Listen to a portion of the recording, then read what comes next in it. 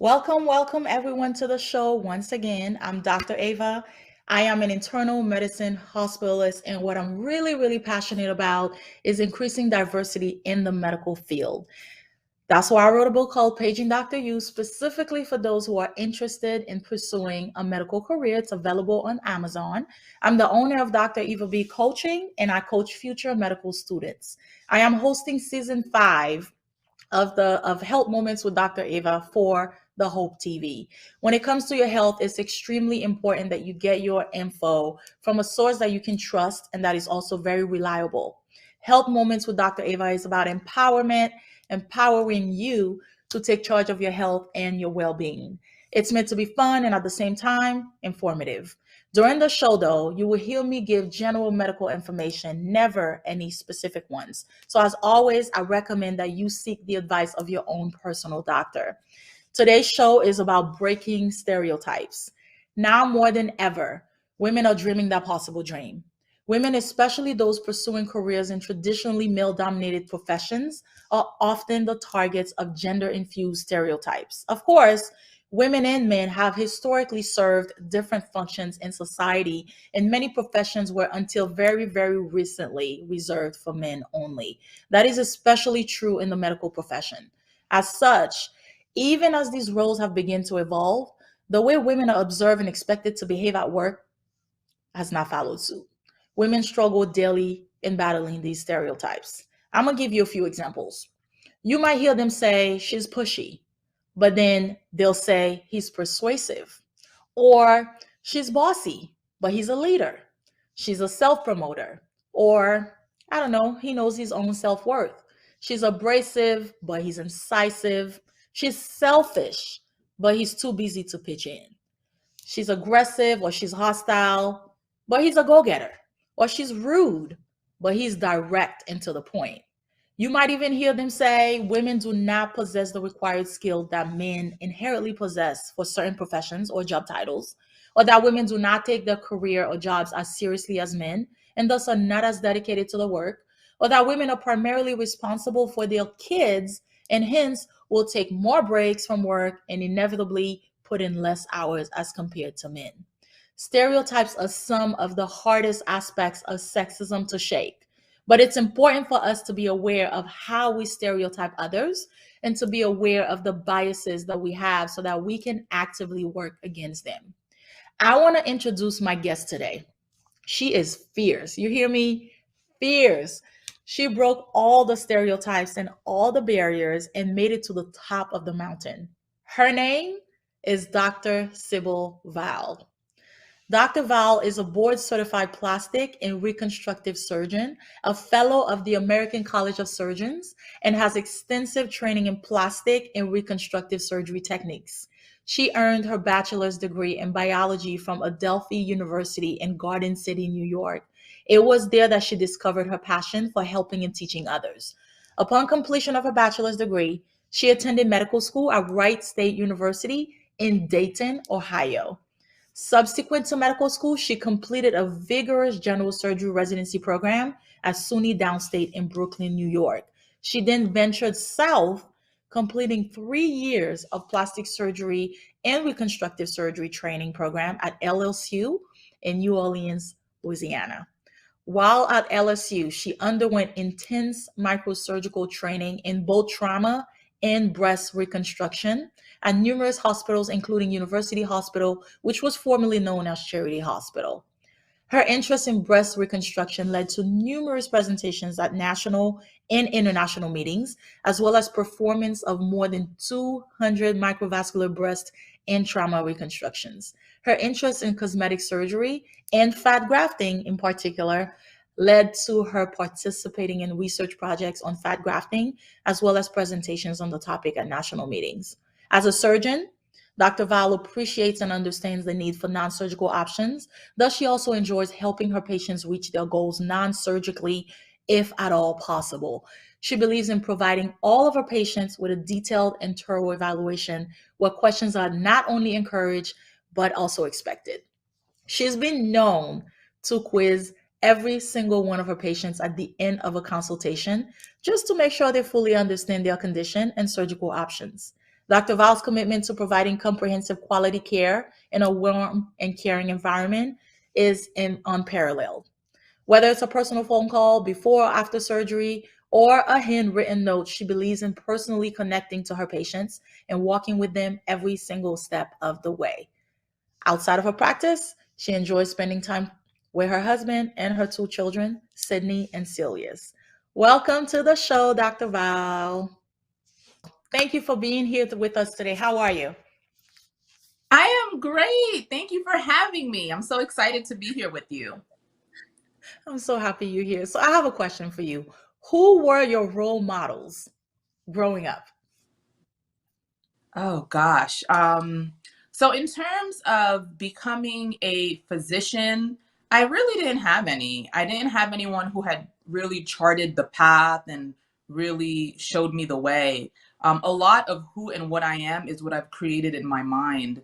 Now, I Mm. did have role models in terms of how I wanted to be as a woman, how I wanted to be as a mom, and how I wanted to be as a professional. And that actually came from my mother's employers. I'm sorry. So my mother was a housekeeper, and she worked for two PhDs, and they were the first example of an American family that I had the opportunity to observe and really see up close and personal. For a short period of time, we actually lived with the family that my mom worked for. It was my first time seeing, a dad in real life since my mom was a single mom. It was my first time seeing interactions between a husband and a wife, between, parents and their children. And I knew right away that the home that, we went to eventually when we moved out was not the home that I wanted to create. I wanted to create a home that was similar to theirs, and I wanted to expand on it. And I knew that very early on in life. Wow. Okay. Were they African American? They were not. Okay. Okay. I was And just it's asking. so funny because like I kind of almost sometimes feel bad for my husband because the family, they were white Caucasian. They celebrated both Christmas and Hanukkah, so they were Christians and Jews. And I always tell myself that the ideal dad to me was Dr. Bernard Horowitz, who was a PhD, as I mentioned, and his wife was also a PhD, Dr. Marilyn Horowitz. And then the other dad that I knew of was Bill Cosby as Dr. Huxtable. That was it. Wow. Wow. So you would definitely say that seeing them in real life, you were able to talk to them and touch them and see that they lived that life. And that's what really inspired you. Correct. They were very encouraging. And interestingly, I grew up in a situation where race wasn't emphasized. And I think that really played a role in the way that I see life and even the way that I function now. It was very important for them. They treated all the children the same. I grew up with their children as if they were my brothers and sisters during certain periods of my life. We went to the same high school, and there was an understanding that we had different lives. Obviously, they lived where they lived, I lived where I lived, but they really caused all of us to pursue education. And the same things they said to their kids, they said to me. And I really do think it affected me long term. I'm forever grateful for them. Do you still keep in touch with them? I do. I do. The children are all in California. Last year when I went Okay. to California, we had an opportunity to meet up, and the parents are in Florida. And yes, we do keep in touch. And are the kids as successful as you are? Yeah, we're all Because I successful. heard, okay. Lawyers. We're all Oh, successful. good. Okay, that's Uh-huh. amazing.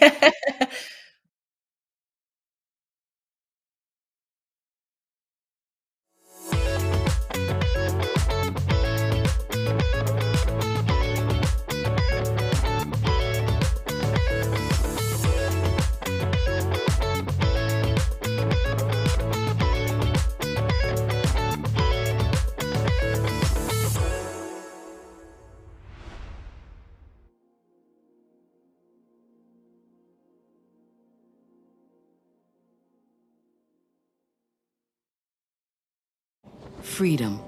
It's at the core of who we are. The freedom to live without fear, to jog where we please, to wear a hoodie. The freedom to breathe.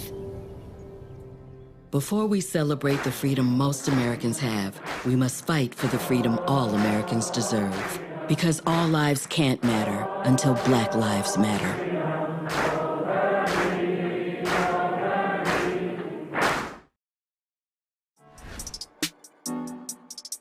Is love Right. transactional? What is it? It's so good when you loving somebody and somebody loves you back. You know, you want that and somebody loves you back part. What is love? I feel like we just opened up the miseducation of Lauren Hill.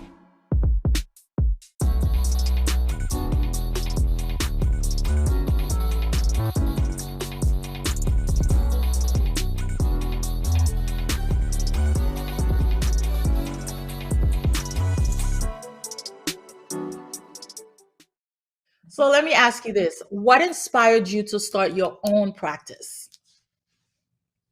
So I trained in general surgery, and as a female in general surgery, I really realized that medicine has a lot of challenges.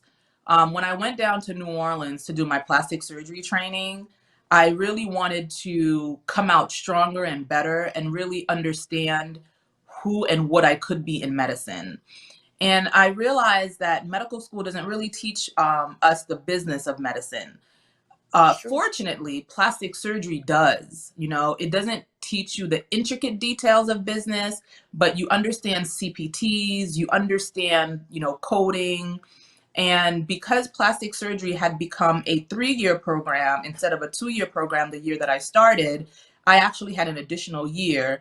And I decided with that year, I was going to kind of biopsy the different practices that I rotated through to see what they look like, to learn how they run. I wanted to know everything from how the phone rang, who answered it, who did the pre-cert process, what cases cause you to generate more money, what cases cause you to lose money. So I really took time to that during my last year. And even though I understood it, I really had a deep interest in academic surgery and I wanted to be in academia. But because I was a Black woman, because plastic surgery does not have a lot of Black women, I was really discouraged when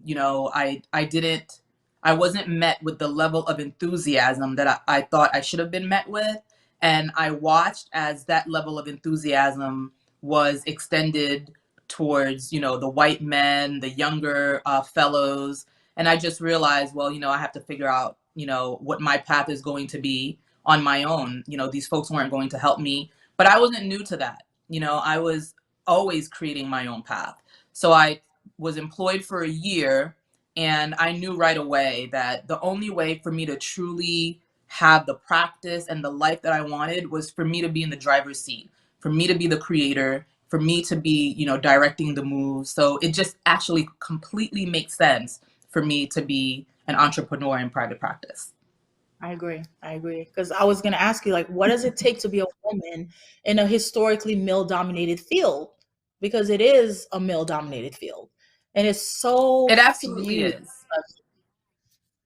Yeah. You're absolutely right. It's truly male dominated. It's truly, you can become very discouraged as a woman in surgery, especially if you don't know yourself. So I really tell women who are thinking about surgery, just really take the time to know who you are, what you want, and to really create the life that you want. There aren't a lot of people who can really guide you because there aren't that many people who have lived your life. Right. Even though I advise women all the time, I tell them what I'm going to tell you might be for you because your life is different from mine. But I can tell you this, if I can get here, anyone can do it. It just really requires determination and planning, but anyone can do this. It's completely doable. It should be done by everyone. Unfortunately, a lot of people aren't going to do it because of circumstance, because of fear, because they haven't seen it done before, so they don't believe that they can do it. But anything is possible if you believe it. I agree. I agree. From your perspective, how do you think the industry evolved or progressed since starting your career, if it has? I wish I could say that there's been a ton of progression, but realistically, there hasn't been. Has there been some? Absolutely. There are far more women in surgery and in leadership positions in plastic surgery than there's ever been. It was really inspiring when I went to the plastic surgery meeting last month to see so many more women on the panel giving talks. For a long time, they've all been manels because there's been a whole bunch of men on these panels. So we've, dubbed them as manels. And it's really nice to see more and more women. But interestingly, there's a huge lag when it comes to diversity, and especially Black faces. Mhm. Interestingly, sometimes when people talk about minority in medicine, they'll talk to you about having an Asian physician, having an Indian physician, but a lot of times they still don't have Black doctors. Yep. And I think that is so interesting that, Yeah, we're you know, rare. We're it's, rare. You I know, know, we're truly rare. very, very rare. I mean, 2.5% for women, 5% if you add the men and the women. I mean, come on, you spread that out all over the US, it's almost nothing. And It so, is. You're absolutely right. yeah, You're absolutely yeah. right. In some states, there's literally one Black plastic surgeon. It just so happens that we're here in Georgia, in Atlanta, and I think a lot of Black people who are in medicine have an affinity towards a city like Atlanta because we've always known Atlanta as a place for Black professionals and where Black Mhm. professionals are welcomed, where Black professionals are high in number. So it's actually extremely rare to see a lot of Black professionals and Black physicians, Black lawyers, in this many of them in one city.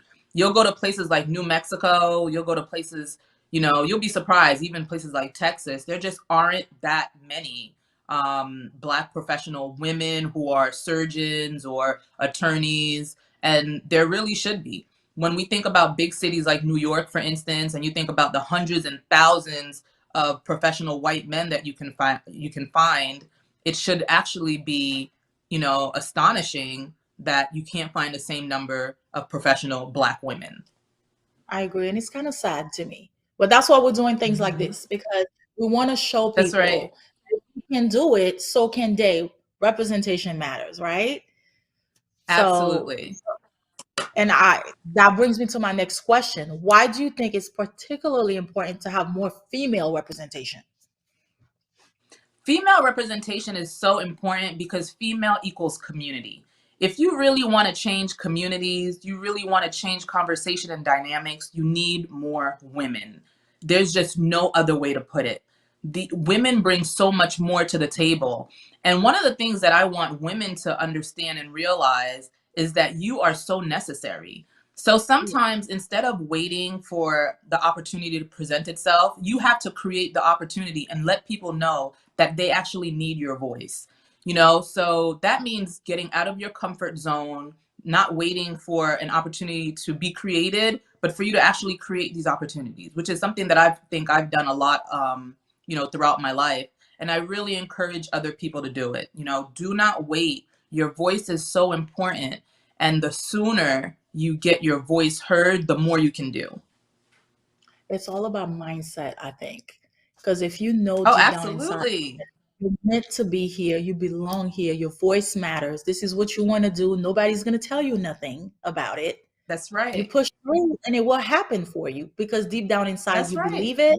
And then you have that faith and you already see yourself in that position. No one can stop you. So I mindset want to is make a comment. I want to comment about, deep down inside, you can do it. I think that's the biggest problem. And when I was a little girl and I told everyone I was going to be a doctor, I actually told them I was going to be a dancing doctor. Deep down inside, I knew I could do it. I never for 1 second thought, it's not possible. I knew I could do it. And Mhm. there were times when I lost a little bit of confidence in myself, but they were very short periods of time. And there was always someone there in the background to be the wind beneath my wing. Being the Yeah, wind beneath the wing, though, only matters if you know you have wings. If someone is that's true. telling you you can do it, you can fly. If someone is telling you you can do great things, but deep down inside you don't believe that you can, it's not going to happen. And I remember when I was in college, my college professor, Dr. Sung Moon, who recently passed away, rest in peace, he saw me when I was, 18, 19, and he really saw something special in me. And he told me that I really could do anything I put my mind to. And he became that wind beneath my wing. And after that conversation and that summer that I spent with him doing organic chemistry, I knew everything that I wanted, everything that I dreamed of, everything I was creating in my mind. I knew it was all possible. I just knew it was a matter of time. Yeah, that's so important. That's so key. That's why it starts with the little ones. Building that Hmm. confidence, showing them that it's possible, cheering them on, even if it's something that you think, oh my God, they're really thinking they can do that. Well, if that's what they think they want to do, then all you have to do is Let them support do that it. dream. That's all it That's takes. Let right. them believe. And if they really believe That's right. it, honestly, I think faith, that's what faith is, believing in something not yet seen, right? That's So if you right. believe That's that, right. it's going to happen. The universe will put everything together for you to create that path, Yes, to have what you really think and believe you deserve and desire. Simply put, I agree. for you specifically, what was the most difficult part about getting to where you are now professionally? Wow. There've been a lot of challenges. I didn't grow up in the healthiest of family environments. So I actually had to kind of peel myself away from family. And I've spent a lot of my life creating my path alone. And even when I had opportunities to, be involved in larger groups, I always found that I succeeded best when I was alone. Mhm. Because I learned how to really take the time to assess my thoughts. And I don't think that's something you can do when you have a whole bunch of people around you, a lot of distractions, and um, a lot of input. Sometimes it just needs to be you and God. That's what I tell folks. It just needs to be you and God. So And I've don't spent take a nobody. lot of time. I spent a lot of time, just trying to understand my thoughts, get deeper into my thoughts, and really plan my life and really plan my career. And even my husband will tell you sometimes, he's like, "Hey, are you here?" I'm like, "Yes, I'm here. I'm just thinking." So sometimes that could be a challenge, like bringing people in. So I think those are things that I still work on now because I constantly need that time to reevaluate, rethink, reassess. And that could be hard on people who are close to you. Right, right. Is there anything specific that you're doing to continue to crack the glass ceilings? Because, honey, you are cracking every glass ceiling. Okay. So tell us, what are you doing specifically to continue to crack the glass ceiling? So I'm always working. I'm always working on something. And I tell people it's so important to work on things that are bigger than you so that other people benefit. So I'm always looking for ways to help in the plastic surgery field. I'm always looking for ways to help as an entrepreneur. I do simple things to help, whether it's, volunteering at my kids' school, helping them come up with ideas that will help them think bigger.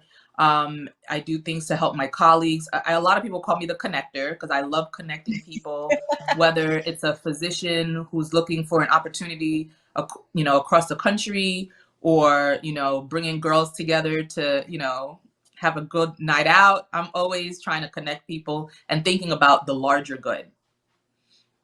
Good. That's awesome.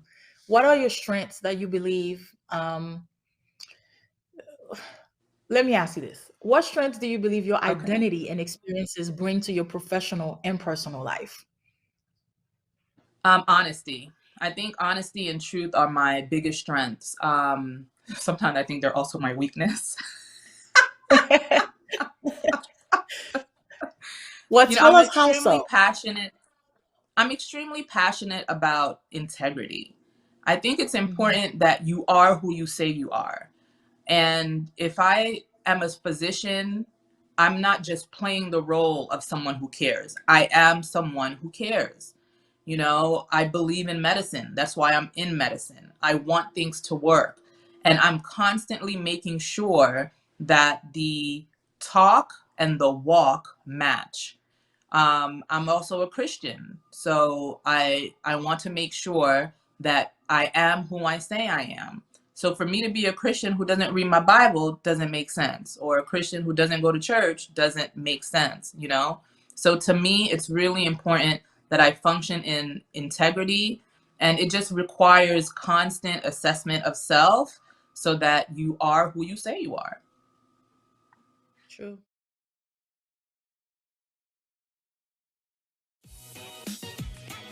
What's up, y'all? It's your boy Jermaine, Dolly, Mr. Hello, Dolly himself. And guess what? You're tuned in to Tea and Worship with my homies, Mignon and Corey. Keep it locked, y'all.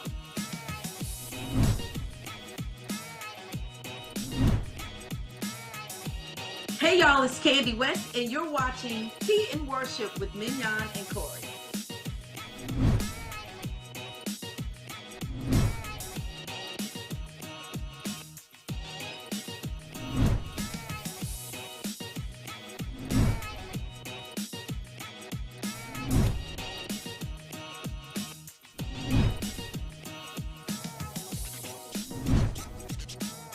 It's your boy James Fortune, and you are watching my favorite news show, Tea and Worship, with my sis Mignon and Corey.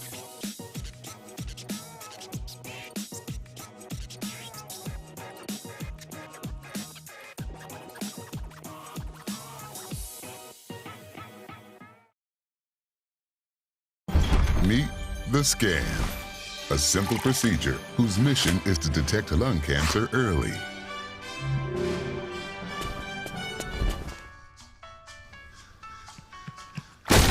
I'm here to save you.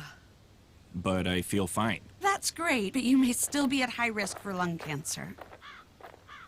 Oh man, that's a new fence. If you smoke, early detection could save your life. Learn more at savedbythescan.org. Well, look, you might not be popular, but my favorite character is Celestial because One of the quotes that I wrote down in the book that kind of stood out to me was, "Love is the enemy of sound judgment." She seemed like a very needy woman. And I can't even respect Andre, because how do you prey on your friend's wife while he's incarcerated? Like, you know, I just can't get with that. And maybe I got too invested in the book, you know. That's the point.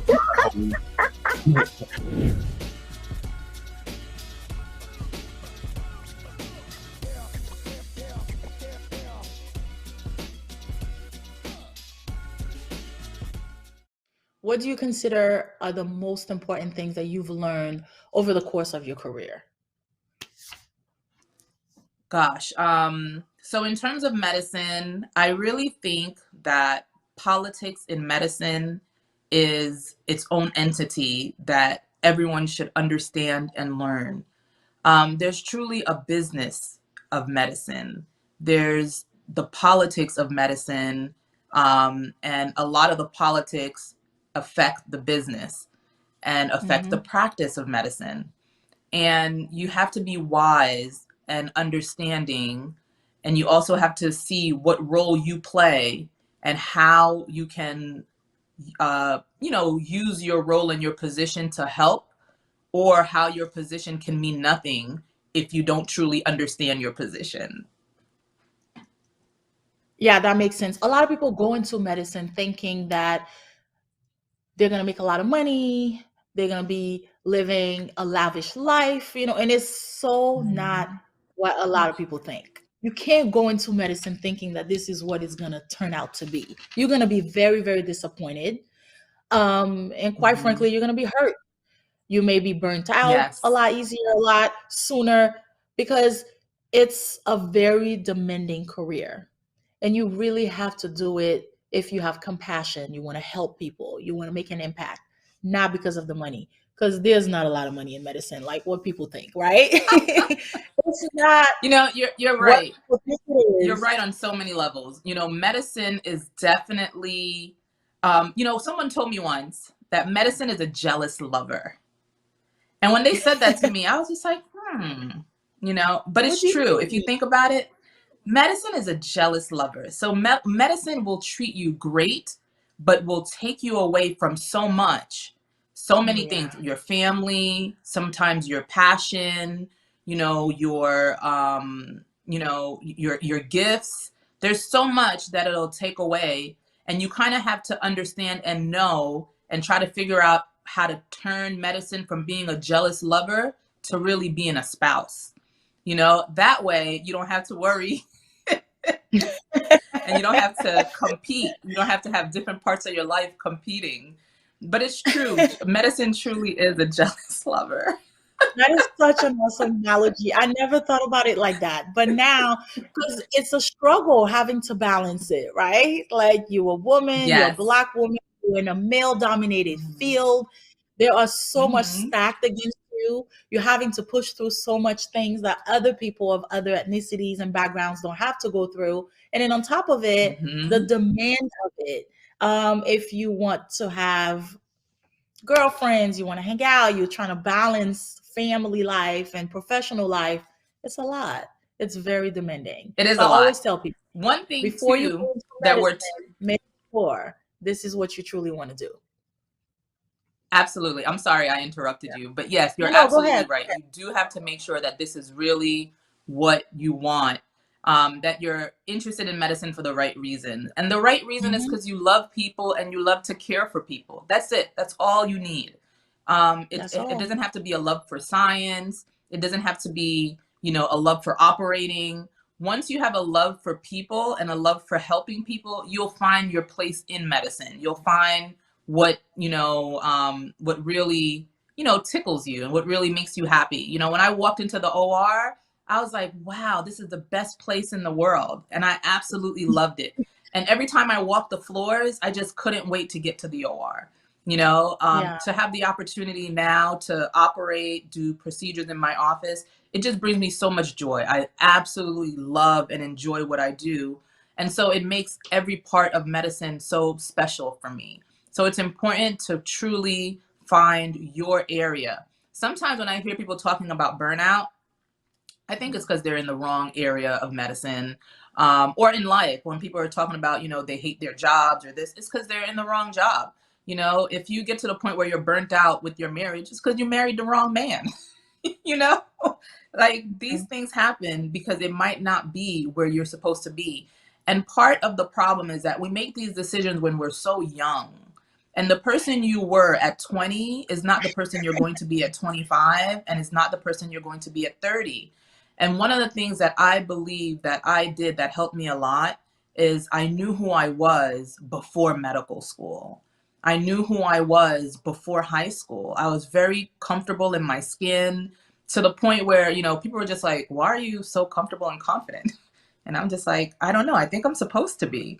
And I was Right. supposed to be. But because so many people aren't, when they see that, it kind of surprises them. And it It's also intimidating. causes you to question yourself sometimes. Yeah. It could be intimidating for a lot of people because they Yes, don't recognize what it is. And yeah, they don't recognize what it is. And they think that you're too confident, or you think you're better than anybody else, or they say things like that. Mhm. And you're like, wait, I'm just being me. I'm not, it's Correct. just, I know who I am. I know what I want, and I'm going to go for it. And I'm going to say what I need Correct. to And if say. And I were a nothing is man, it would be okay. right. Just like those examples I said Mhm. earlier, right? Like they will Mhm. call you Mhm. aggressive, but they'll call him a go-getter. That's what That's they do. right. What do you think are the biggest challenges for the generation of women that are coming behind you? So there are always going to be the political stuff, the changes in medicine, especially with insurance. I think those are going to be huge challenges. I do think that the women that are coming up have an opportunity to truly build something amazing because we're more connected now than we've ever been. people reach out to me from all over the country, and it's all because of social media and their accessibility. You know, it's so easy to find people. When I was a med student, it was extremely hard to find people that I wanted to be like. I remember I heard about this gentleman at my med school, and I looked him up, found him in Indianapolis, drove and spent a week and a half at his house with his family and shadowed him. And he was like, this is unheard of, you know? It wasn't a rotation. I did it on my free time. You know, I was like eating eggs and stuff with his family. They're like, who is this girl? But it played such a huge role in helping me, you know, pick my path. And I did that all on my own without, you know, a Facebook group that had mentors, you know, without access to a whole bunch of stuff. So I really think that women who are coming up can be greater than great. And when I speak to people, I tell them, I'm rooting for you and I want you to be better than me because you have so much more resources. And one of your resources is me. Right, and that's the beauty of social media. I mean, there's goods and bad with social media, but I choose to always look at the good in everything. And I think that's the beauty of Yes. social media. You can access hundreds of thousands of people from the comfort of Yes. your home, and you can have that impact. And I love it. I love that you can show the little Yes. girls that they can be anything they want to be because they see you living that life. That's And without right. social media, it would be impossible to see that many Black doctors.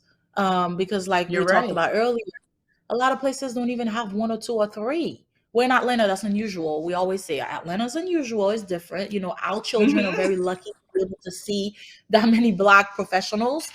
But social media has that power to where you can use it in a positive way to your advantage and to help others too. So Yes. I love that about it.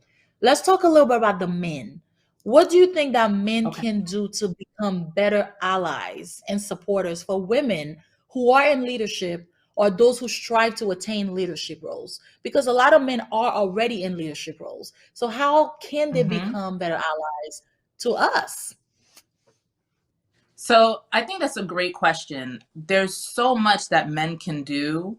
And one of them is really befriending Black women, especially. I think that it's very common for men in leadership, especially white men in leadership, to help women that they can relate to, women who look like their wives, women who look like their daughters. But when it comes to minority women, I think that lack of intimacy in terms of comfort causes them to be a little hesitant. So I think the way to actually break some of those barriers is to start with friendships. Once you have a friend and you have someone you can talk to about anything, really, it's easy to invite them to the table for other things. So I think the answer to almost anything is friendship.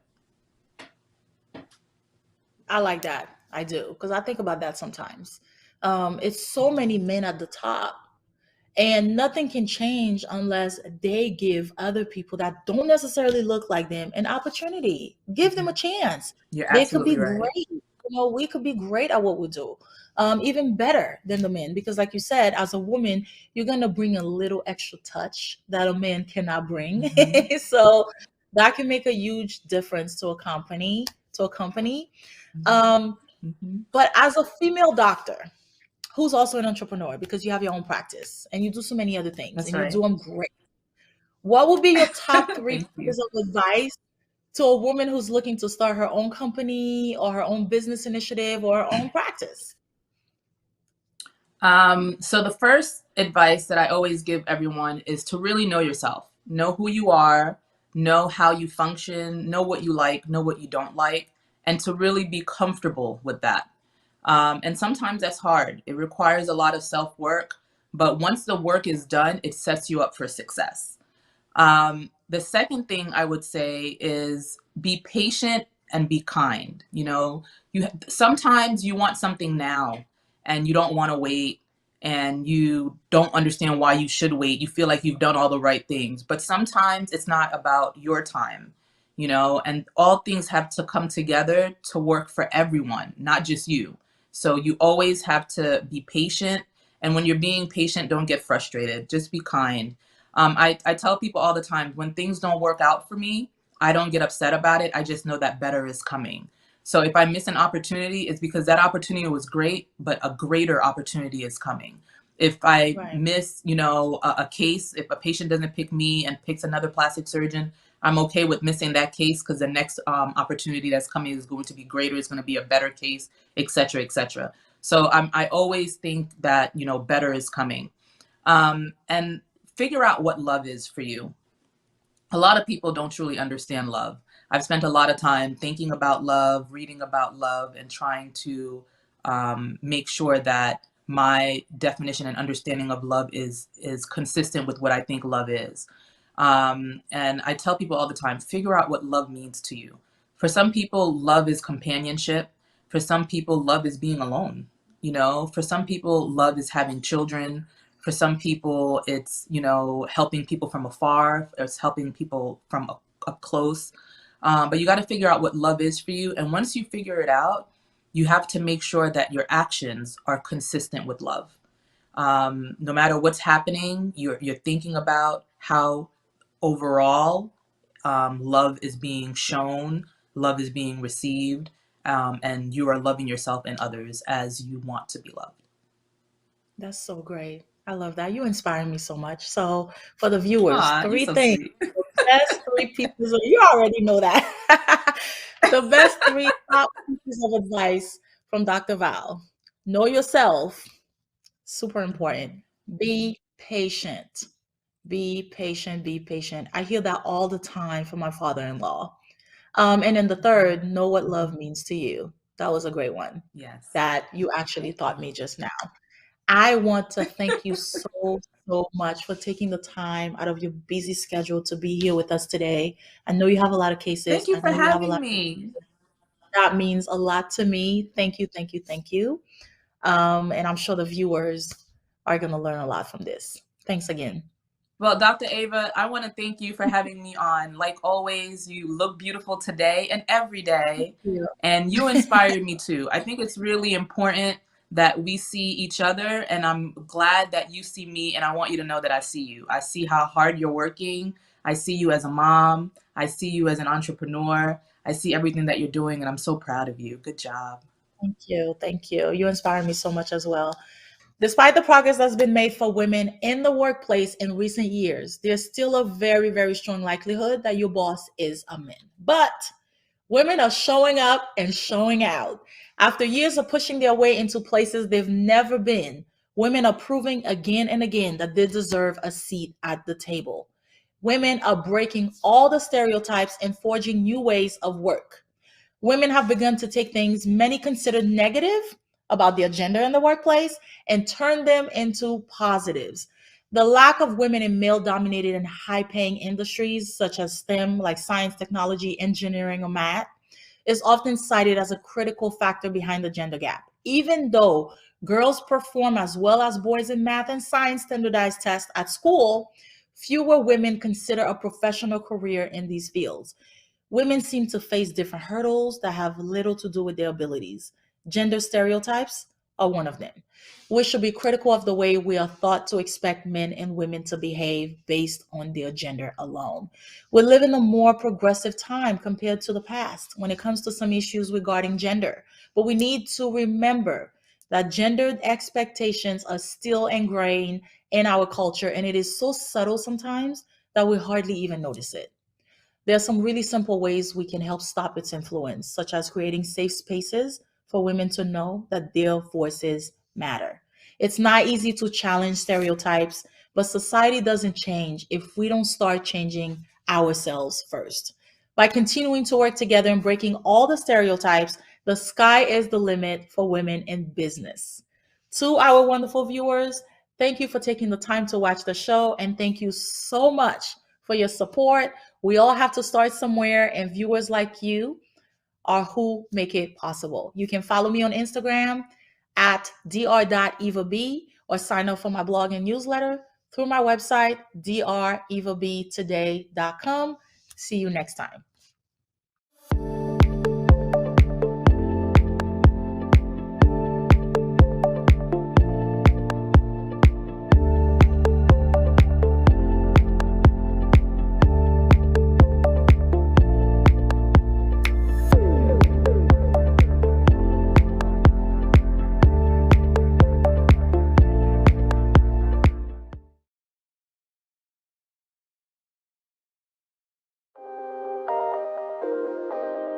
every discipline starts with creating a habit.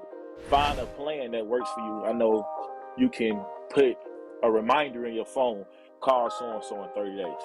You can't use the excuse that, oh, I'm an introvert or I'm an extrovert, you know, stuff people like to say. Nah, if you're not outgoing, right, you better get going, because that's the only way networking works.